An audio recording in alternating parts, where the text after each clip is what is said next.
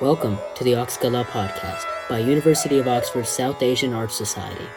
This is your host, Shishir Rao, and these are deep dives. In this deep dive, we discuss creativity in Indian classical music with Sri Ragavan Manian ji. Ragavan ji is a disciple of Padma Vibhushan Dr. Balamurali Krishna. Additionally, he plays over 10 different musical instruments, writes and composes music, and generally is a high-tech pro. Leading up to this discussion, we discuss the evolutionary nature of the raga. We talk about how the raga is at once a product of history in addition to being a product of today's creativity. With this evolutionary understanding of the raga, we discuss the building blocks of creativity within the raga. What are the ways of expanding a raga?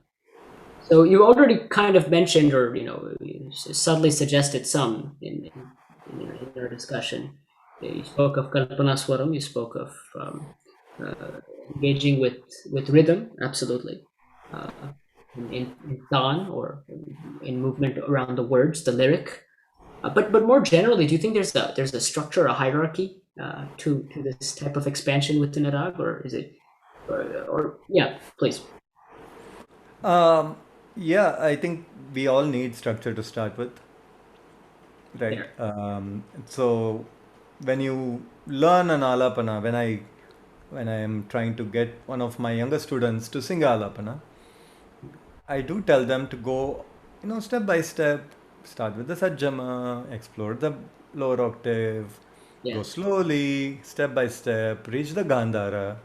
So there you spend some time, give some more pace to the sancharis, reach the panchamam. Then you have some more exploration, invoke the memory of a few popular songs at that point, let Ah, people into your expression.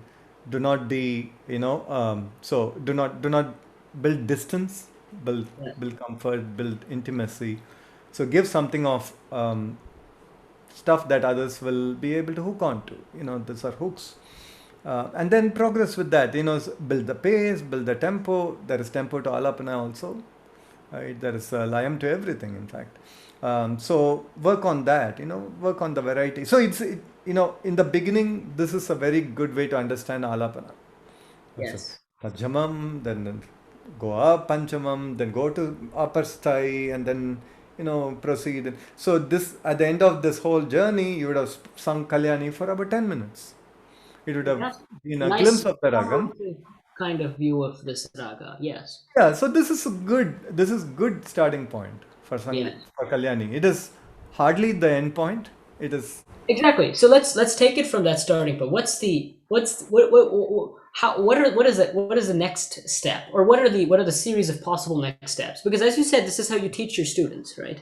sure. But perhaps when you evolve from a student to a performer such as yourself, who performs, I'm sure Kalyani, in concert. Right. What, how would your presentation differ, and what is the natural, like, if you could point out perhaps the natural evolution of taking Alap as a student as opposed to taking Alap as a performer, as a mature seasoned musician? Yeah. It's a very big question, I understand, but I was just hoping to break it down slightly, at least. That's good. Yeah, every day has a different perspective, adds a different flavor to what you want to do. So if you want to do the Kalyani, this prescriptive way that I just mentioned, you can still do an excellent Kalyani. I think you could still do an Alapana which rivals the best, because this is a good structure, and some good structures never change. And you can also think of it as a safe. Yes. This is my safe. What I just told you. Uh,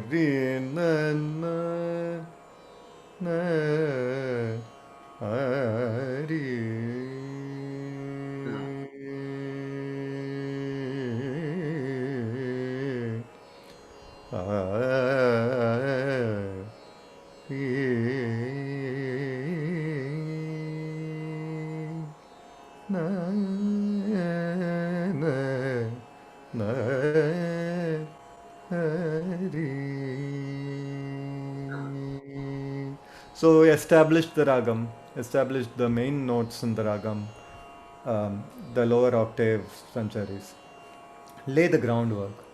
Right? It's a gentle way of starting. There are other methods to doing this. One of them commonly used by musicians is start the raga alapana suggesting the song that you're going to take on. So let's Interesting. say, yeah, let's say that you're going to, you're in the mood to sing Muthuswami Dikshit's Kamalambam Bajare, which is a Nava Varana song, very famous, very popular. So, Alapana.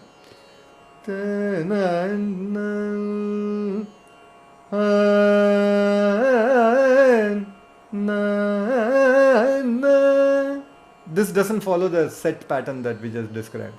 It's going Exactly. from ga to pa to sa all the way. Okay, So, yeah. but the sweep of this melody matches with Kamalambam Bajare, the Pallavi of the song. Na, na, na, na.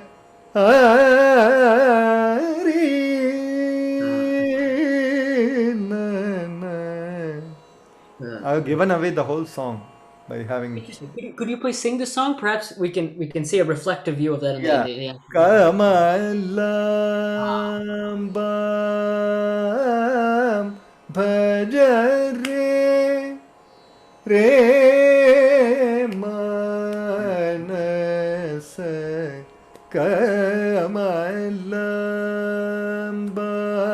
kamalambam bhajare re manasa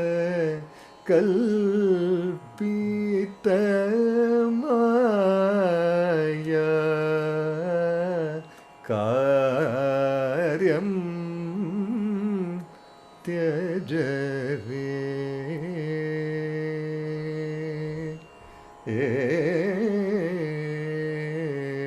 This is how the Pallavi of the song ends. beautiful song. Beautiful. And it's a nice way to introduce the raga because it falls in line after a while. After doing the upper flourish, it comes and lands you on Sajjama. Pamari sa. From here, what you do with the raga alapana is again choices, right? Of course, of course. Right. You I could. like how you started with ba in your alap as well. Why? I mean, it makes sense. It's perfectly paralleled as the first few movements in the actual composition. Yeah. That's very beautiful. But it's interesting. I'm going back to a previous comment you made.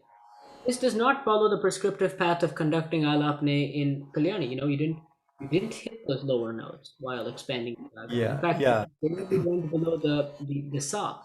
Now, why would you choose to do this alap as opposed to doing the more traditional? Is this a performance kind of choice that I like to perform alaps, in close alignment with the composition, or is it just you just choose it randomly depending on your mood or something? Yeah. No, there is a choice. You can choose one or the other, but that's not to say that this is not taught. This approach to alapane is also commonly understood. It is just less common, or it takes a few more years before you reach the point where you can be interested with this sort of beginning. Because what happens is when you go down this path, you are at risk of basically just belting out the whole song as an alapana, at which point it becomes less than optimally creative, Yes, right? yes, yes.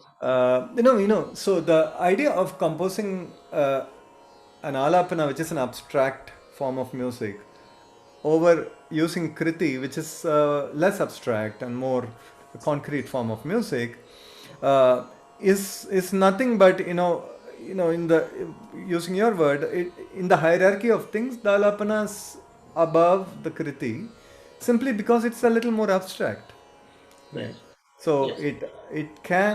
it is at a liberty to draw from one or many kritis, while at the same time remaining away or detached from the realm of kriti.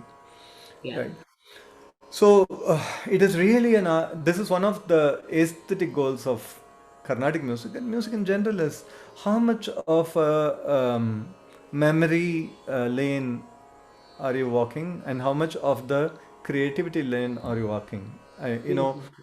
Where memory and creativity are like the x and y axis of Alapana. And and strictly speaking, they are not really orthogonal, but it's just a way to think about it.